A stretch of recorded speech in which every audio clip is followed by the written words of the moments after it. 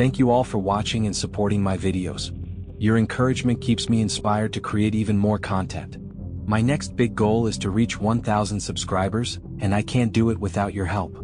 If you enjoy what I create, hit that subscribe button and join me on this journey. Now let's dive into the stories. Henry was tired of the noise of the city. He was 44, and he felt that life had compressed into an endless stream of car hums, sirens, and the dim light from his neighbors' windows. In search of peace, he rented a van, packed everything he needed, and drove out of the city. The road changed, dusty streets gave way to winding highways and then narrow forest trails. Finally, he stopped in a clearing where no one was around. The silence enveloped him like an old, forgotten friend. As he dined under the dark sky, Henry caught himself thinking that this place was perfect. All around him was the wind rustling in the branches and the distant calls of night birds. He turned off the lantern and crawled into the van. Rustling, Henry woke up in the middle of the night. At first, he didn't understand what had woken him up. But then he heard it, something was rustling nearby. As if someone was sneaking between the trees. He tried to calm himself, it's probably just the wind. But the wind doesn't make branches snap like bones. Something approached the van. He heard a faint scratching on the metal. His heart raced. In the darkness, Henry felt helpless. Tracks. In the morning, he inspected the area around the van. There were tracks on the damp ground. They didn't look like animal tracks. Maybe it's just my imagination, Henry thought. But the feeling that he was being watched wouldn't go away. Throughout the day, he tried to shake off his fears. He walked through the forest, collected firewood. But every time he stopped, the silence around him felt too heavy. Knocking deep in the night. Henry lay in the darkness but couldn't sleep. Then a new sound. A faint, almost gentle knock. Someone was knocking on the van door. Is this a joke? His heart clenched. He held his breath. The knock repeated. Light, patient. Henry slowly reached for his flashlight and aimed the beam at the door. The window was clear, no trace. He took a deep breath and quickly opened the door.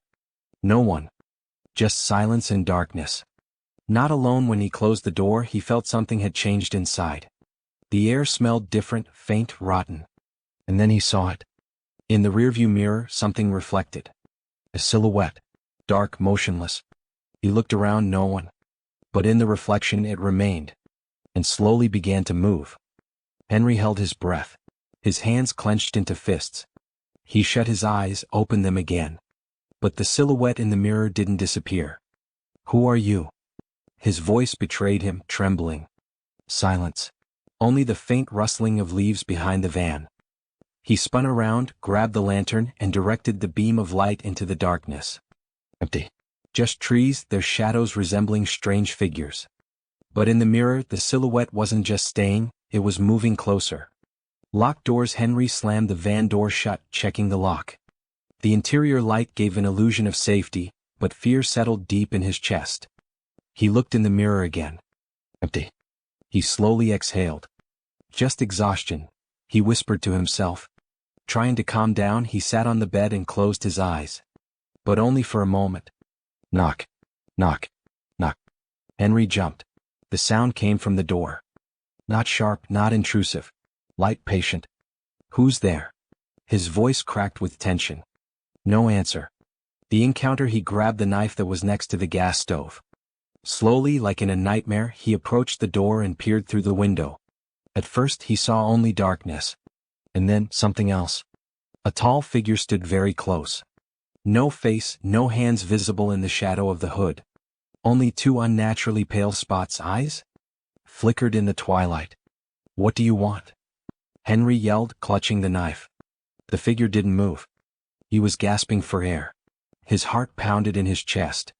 Go away. Silence. And then the figure smiled. Henry didn't see the mouth, but he felt that it was smiling. Where did the tracks go? His nerves broke. He flung the door open and darted forward, knife raised. Darkness. No one.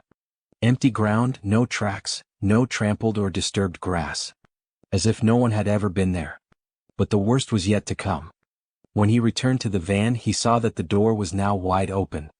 And inside, the light was on, although he had turned it off. Not alone, okay. Henry whispered, trying to find an explanation. He glanced around. Nothing suspicious. The knife trembled in his hand. He entered, closed the door and checked the lock again. Everything was fine. Everything was normal. Until he noticed it. On the fogged-up mirror, something was written. "You are not alone." Henry didn't even have time to scream. Because behind him, something exhaled. Henry froze. His skin broke out in cold sweat. Warm, moist breath on his back. It was real. His fingers gripped the knife so tightly that his knuckles turned white. The only instinct screaming in his head was, "Don't look back." But fear paralyzed him. All around him was only silence. No rustle, no movement. "Who are you?" Henry's voice cracked with a rasp. The answer didn't come right away. "I saw you," came a quiet, almost gentle whisper. Henry spun around, holding the knife in front of him. No one. The light in the van flickered faintly. The doors were locked. He was gasping for air. His temples pulsed. His eyes darted around every corner of the van. "You're not alone." These words still stood out on the fogged-up mirror. He touched the writing with his fingers, warm, moist traces. It wasn't condensation. Someone had done this. The past that found him. Henry ran his palm over his face, trying to gather his thoughts. This is a trick of the mind. It's just self-suggestion. But something deep inside whispered that he was lying to himself. He was no longer sure he had come here alone. Rustling. Henry spun around. That sound again, somewhere behind the van's walls. He crept to the window and cautiously peered outside. Darkness. The tree branches cast distorted shadows. And then he saw it. The silhouette standing just under the window. But this time it wasn't still. It was looking at him. Its head slowly tilted to the side, as if the one standing there was trying to understand Henry. "The past never goes away," Henry recoiled. "Damn. Damn," he gasped, trying not to panic. He clenched the knife and did something he hadn't done in years. He began to pray. He knew he shouldn't have come here. Because this forest knew him. It was impossible, but suddenly he remembered everything. He was 18.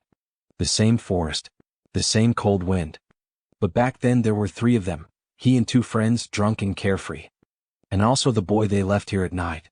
The boy who begged them not to go. Who cried. He remembered the last words of that boy.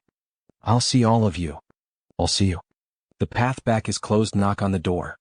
Not light and patient like the night before. Loud. Persistent. Henry stiffened. "Open." The voice was quiet. Familiar. He knew it. Henry shook his head, trembling. "You're not real." "Open." The knock grew louder. "We agreed." Henry gasped. His chest tightened as if an invisible hand was squeezing his lungs. "No." Bang. "De van door Gavua," he screamed. The world faded. The morning that wasn't when he opened his eyes, the sun was already rising. The van was locked. No signs of violence. No writing on the mirror. Silence. But there was still a faint, moist scent in the air. He quickly started the car and drove back to the city.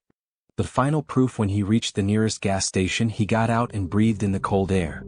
His hands no longer trembled. But when he looked in the rearview mirror, he almost screamed.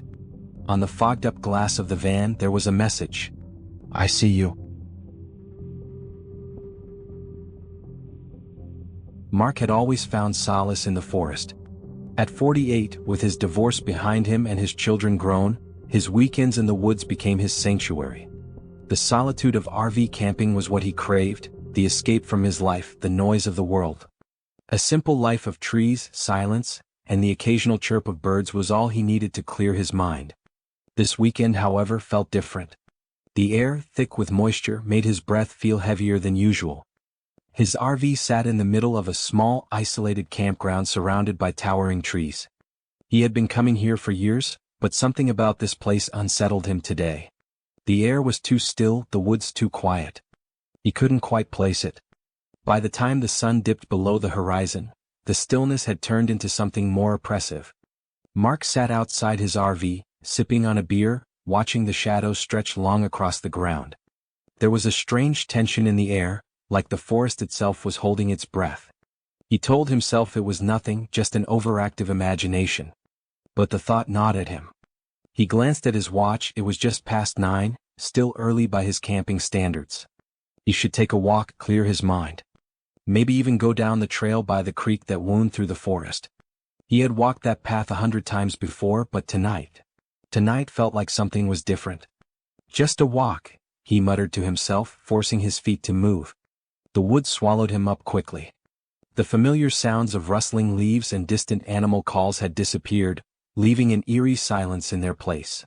Even the wind had stilled. Mark's footsteps were the only sound now, and they felt unnervingly loud, too sharp against the quiet. As he walked deeper into the forest, he couldn't shake the feeling that something or someone was watching him. He stopped, trying to steady his breathing, but the air felt thick, suffocating.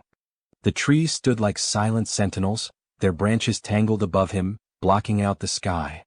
Mark turned to head back to his RV, but then he heard it. A soft sound, barely audible, like something scraping against the earth. He froze. The noise came again, this time closer. It was deliberate, slow, like someone dragging their foot along the ground. He turned sharply, but the woods were empty. No one was there. It had to be an animal, he told himself. But deep down he wasn't sure. With a sinking feeling in his stomach, Mark hurried back toward the campsite. But when he reached the clearing, something made him stop in his tracks. The RV, his home for the weekend, was no longer where he had left it. It was parked differently, facing the opposite direction, the door wide open. Panic surged through him. Who could have? He hesitated, not sure whether to go inside or run. But something compelled him forward, and he stepped cautiously toward the door. He peered inside. Everything looked in place. The bed was made, the coffee table untouched. Nothing had been disturbed, except for the fact that the door was wide open. A sudden noise behind him, a branch snapping, made Mark spin around. And there, in the shadows between the trees, stood a figure. He couldn't make out the details, only that it was tall, its body obscured by the darkness of the forest. It didn't move, just stood there staring at him. Mark's breath caught in his throat. His instincts screamed at him to run, but his body froze. He couldn't tear his eyes away. It felt like hours passed before the figure slowly turned and disappeared into the woods without a sound. His heart pounded in his chest, his mind racing. Was it a person? Or was it some wild animal? Whatever it was, Mark couldn't take the risk. He rushed inside the RV and locked the door behind him. For a moment he just stood there, staring at the door, waiting for anything to happen. But nothing did. The night outside remained deathly quiet. Mark tried to shake off the feeling of dread that gripped him. He told himself that the figure was just his imagination, that he had been alone for too long, his mind playing tricks on him. But deep down something felt off, wrong in a way he couldn't explain. His fingers trembled as he reached for his phone, but it was dead. Completely out of charge. As he sat down in the dim light of his RV, he couldn't help but think about the things he had ignored, the eerie silence, the feeling of being watched, the sudden change in the position of the RV. Was it possible he wasn't alone out here after all? The thought burrowed into his mind. Was someone out there messing with him? Or was there something more sinister happening? The longer he sat in the dim light, the more he began to question his own sanity. Hours passed, though Mark couldn't tell how many. It felt like time had slowed or maybe stopped entirely. His eyelids grew heavy, but every time he closed his eyes, the image of the figure outside the RV flashed in his mind. He couldn't shake the feeling of being trapped, alone in the middle of nowhere. Suddenly a knock at the door. Mark's body jerked upright. He didn't move. The knock came again, slow and deliberate, like the tapping of someone's fingers. Mark's throat went dry. His mind raced, but his body remained still, frozen in place. "Who is it?" he croaked, his voice shaky. There was no answer. Only silence. Then from behind the door came the whisper. It was soft, too soft, barely audible over the pounding of his heart. "I see you." Mark's blood ran cold. His pulse thudded in his ears as the whisper turned into a laugh, low and hollow. In that moment, Mark understood. There was no escape. The woods weren't just a backdrop. They had been watching him, waiting for him. It was never just about camping. It was about something much darker. And now it was too late to leave. The door creaked open slowly, as if it were being pushed by an unseen hand. Mark didn't move. He couldn't. He was paralyzed, caught in the gaze of the forest that had claimed him as its own. The last thing he heard was the laughter. It was coming from everywhere, echoing around him as the world went dark. Mark's fingers were cold against the RV door as it slowly creaked open. His body was frozen in place, the weight of what had just happened, the whisper, the laugh, the way the figure had disappeared into the night, pressing down on him like a heavy stone. He didn't know if it was a person or something else, but his instincts screamed that he shouldn't open that door. But he couldn't just sit here either. His mind raced as his pulse thundered in his ears. The knock had been slow, deliberate, almost playful, as if whoever or whatever was out there knew exactly how to unnerve him. Mark took a deep breath, his eyes flicking between the dark night outside the RV and the dim light within. He glanced down at the old flashlight beside him, but the thought of going outside alone, of confronting whatever had been watching him, made his stomach churn. Another knock. Louder this time. His hand trembled as it reached for the door. He wasn't thinking clearly anymore. His heart beat against his ribs like a drum, his mind a swirling mix of fear and confusion. The rational part of him knew he needed to stay inside to lock the doors, call someone, but the fear kept him paralyzed, like something invisible was pressing down on him, holding him in place. Who's there? Mark's voice cracked, weaker than he intended. He swallowed hard, trying to make it sound more authoritative, but there was no response. Just a soft scrape against the ground, followed by another faint, almost inaudible laugh. Mark's blood ran cold. He didn't know how, but somehow he was certain it wasn't a prank. It was as if the forest itself had come alive. He wasn't just being watched, he was being hunted. Another knock, but this time the door shook under the pressure. The sound sent a shiver down his spine, making his breath hitch. Mark didn't know if he could face what was outside. But if he didn't, would it come inside? He forced his hand to the door handle. The wood felt slick and cold beneath his fingers, the grip weak with tension. The moment he twisted the handle, the RV shuddered as if someone had grabbed hold of the entire structure and pulled it. Stop! Mark shouted, his voice hoarse. Whoever you are, stop this. He didn't know if he was talking to himself or to whatever was on the other side, but his words hung in the air, swallowed by the oppressive silence that followed. Another minute passed, but it felt like hours. Mark was too terrified to open the door, yet the longer he waited, the worse it got. The pressure on him, the feeling that something was about to break, gnawed at him. His thoughts circled around, spiraling downward. It was then that he heard a voice, quiet at first and then louder, sharper. It wasn't just a whisper. It was someone or something speaking to him directly. Mark. I see you. Mark's breath caught in his throat. His heart began to race again, the blood rushing to his ears. That voice. It was so familiar, yet he couldn't place it. Who are you? He whispered, his voice barely audible. His hands gripped the seat, his body tense, but there was still no movement from outside.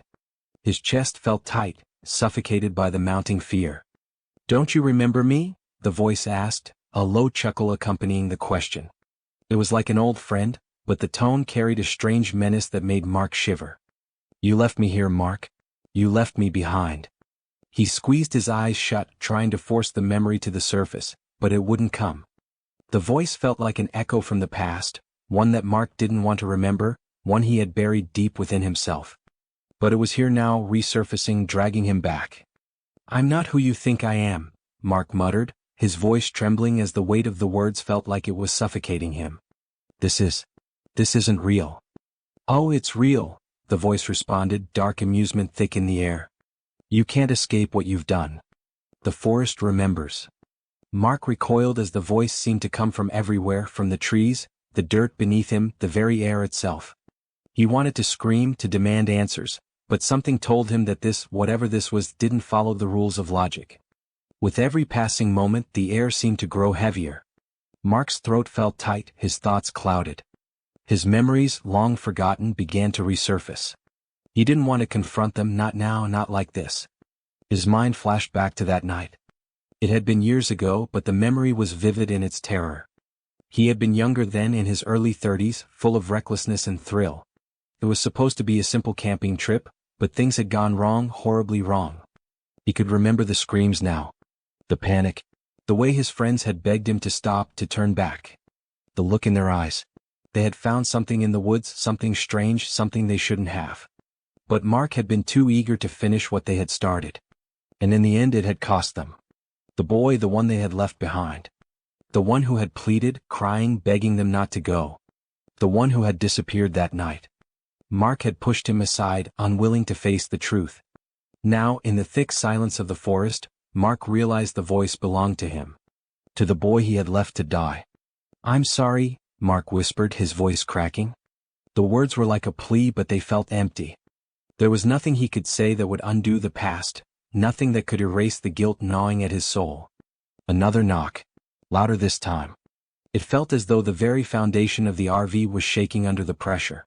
The sound reverberated in his chest, pounding, relentless. Mark stumbled back from the door, his mind screaming at him to leave. But he couldn't. The forest wouldn't let him.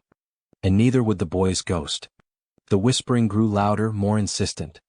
"You left me. You left me." The walls of the RV seemed to close in on him. Mark's head throbbed. The guilt, the fear, the suffocating weight of the past, it all crashed down on him, breaking through his defenses. He could no longer separate reality from nightmare. The voice wasn't just in his head, it was all around him, in the trees, in the air, in the very soil beneath his feet. Then, with a final deafening crash, the door of the RV slammed open. Mark didn't scream. He couldn't. His voice had left him. His body was frozen, numb. The figure stood in the doorway, tall and dark, the forest itself clinging to its silhouette. He could see the boy now, or what was left of him. The same eyes. The same pleading expression. But now there was no mercy. Mark stumbled backward, his legs giving way. The air was thick with sorrow and rage. He tried to speak, to apologize, but no words came. The figure stepped inside, and the world around Mark went black. When the sun finally rose, the RV was empty. No sign of struggle. No evidence that anyone had been there. Only the quiet, unrelenting silence of the forest. But deep in the woods, the trail remained, winding its way into the darkness. And if you listened closely enough, you could still hear the whisper. "I see you." Mark's fingers trembled as they hovered above the RV's door handle. His breath was shallow, his thoughts racing in a whirlwind of panic. He had heard it again, the faint whisper from outside, the one that made his skin crawl. "I see you," it said. And with that, his mind felt like it was spinning out of control. He couldn't tell if it was his imagination, if he was losing his grip on reality, or if there was truly something out there. The silence was oppressive, heavy like a thick blanket smothering him. His heart raced in his chest, each beat echoing in his ears. The RV felt smaller now, suffocating even, as though the walls themselves were closing in on him. Every tiny noise, the sound of his breath, the creak of the old wood, the rustle of the wind outside, seemed magnified, like the world was holding its breath. "You're not alone," the thought repeated in his mind, a steady mantra that refused to go away. Mark couldn't understand what was happening, but a voice deep inside him was screaming that he needed to leave. He needed to get away from here, from whatever this place was, from the memories it was pulling up. He had to face the truth. Another knock. Louder this time, more insistent. The RV shook under the pressure, the sound reverberating in his chest. It wasn't just a knock anymore, it was a demand. A reminder. "Who's there?" Mark's voice cracked, more out of fear than anger. He was barely able to control his trembling. No response. Then a whisper. Oh, almost mocking. "You really don't remember, do you?" Mark's heart skipped a beat. It was the same voice from before, the voice that had haunted him in his dreams, the voice that had begun to feel far too familiar. He had heard it long ago, but the memory eluded him, slipping through his grasp like water through his fingers. "I don't know what you want," Mark whispered, pressing himself against the cold metal door. His fingers were numb from gripping the edge too tightly. His mind was racing, torn between the terror that the voice was real, and the creeping suspicion that he was losing his grip on sanity. He wanted to call someone, to call his wife, but he didn't even know if the signal would work out here. Another whisper, but this time it wasn't alone. "There's no one left to help you. It's too late." The weight of those words pressed down on him. Mark felt like he couldn't breathe. He stumbled back, his heart pounding. Something about those words, about the way the voice said them, sent a wave of cold dread over him. He had to get out. He had to leave the RV before whatever was out there found a way in. He reached for the door handle again, but his hand was shaking so badly he could barely turn it. The room seemed to close in on him, the darkness outside swallowing everything in sight. As his hand gripped the handle, he heard the sound again, scraping against the RV, slow and deliberate. Mark swung the door open, almost without thinking. His breath caught in his throat as the cold night air rushed in, biting at his skin. He stood frozen, staring into the empty forest. The trees loomed tall and thick, their dark silhouettes casting long shadows in the moonlight. There was nothing there. No one. The only sound was the faint rustle of leaves in the wind. He stepped out of the RV, the door creaking behind him. His boots crunched on the gravel, the sound too loud in the stillness of the night. Every instinct told him to turn back, to stay in the safety of the RV, but the pressure in his chest, the suffocating weight of his own fear, made him step forward into the unknown. The forest seemed to stretch on forever. Mark's flashlight flickered, casting fleeting beams of light that danced across the trees. His breath came in shallow gasps as he moved deeper into the woods, his mind spinning with memories he couldn't fully grasp. The woods were eerily quiet, too quiet. No animals, no wind, no rustling of branches, just an overwhelming silence that seemed to press in from all sides. Mark's eyes darted around, expecting to see something, anything. But there was nothing. The trees stood still as if they were watching him, waiting. Then a sound. It was faint at first, but unmistakable. Footsteps, slow and deliberate, crunching against the forest floor behind him. Mark stopped in his tracks. His heart skipped a beat and he turned, flashing the light behind him. Nothing. No one. But the footsteps didn't stop. "Who's there?" Mark called, his voice trembling. He was terrified now, his chest tight with panic. His eyes swept the area around him, but the forest was empty. There was nothing there, just shadows and the dark void beyond. Then it spoke again. "You left me here, Mark. You left me to die." The voice was close. So close. Mark's skin crawled as the words sliced through the silence. He turned again, this time in full panic, but the flashlight only illuminated trees and underbrush. No figure. No one standing there. But he knew. He knew exactly who it was. The voice belonged to that boy. The one he had left behind all those years ago. The boy in the woods. The one who had begged them to stay, to not leave him. The memory hit him like a freight train. They had been out here on a camping trip years ago. Mark had been with a group of friends, eager to conquer the wilderness, to prove something to himself. They had been reckless, drunk, foolish. They dared each other to venture deeper into the forest. And one of them, a young man barely 18, had stayed behind. He had begged them not to go, pleaded with them to stay, but they didn't listen. They left him there alone. They'd laughed it off at the time, but the guilt had eaten away at Mark ever since. The boy's cries had echoed in his mind for years. But he had never imagined that it would come back to him like this. "You left me." Mark dropped to his knees, his body shaking uncontrollably. The air felt thick, suffocating. The weight of his guilt pressed down on him, suffocating him. He could feel the presence of the boy like a cold breath on his neck. He was here in the forest, waiting. "I'm sorry," Mark whispered, his voice barely audible. "I'm sorry. I didn't mean to leave you." But the whisper didn't come back. Instead, the darkness around him seemed to close in, tightening around him like a vice. The trees loomed taller, darker. The wind picked up, howling through the forest like a tortured soul. Mark felt himself slipping, his thoughts blurring. His knees buckled beneath him and he collapsed to the ground. The last thing he heard before the world went black was the boy's voice, no longer a whisper but a clear, guttural tone.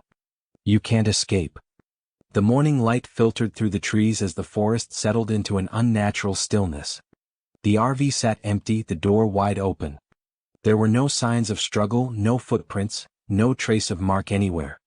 But deep in the woods, if you listened carefully, you could still hear the wind carrying a voice, faint but clear. "I see you.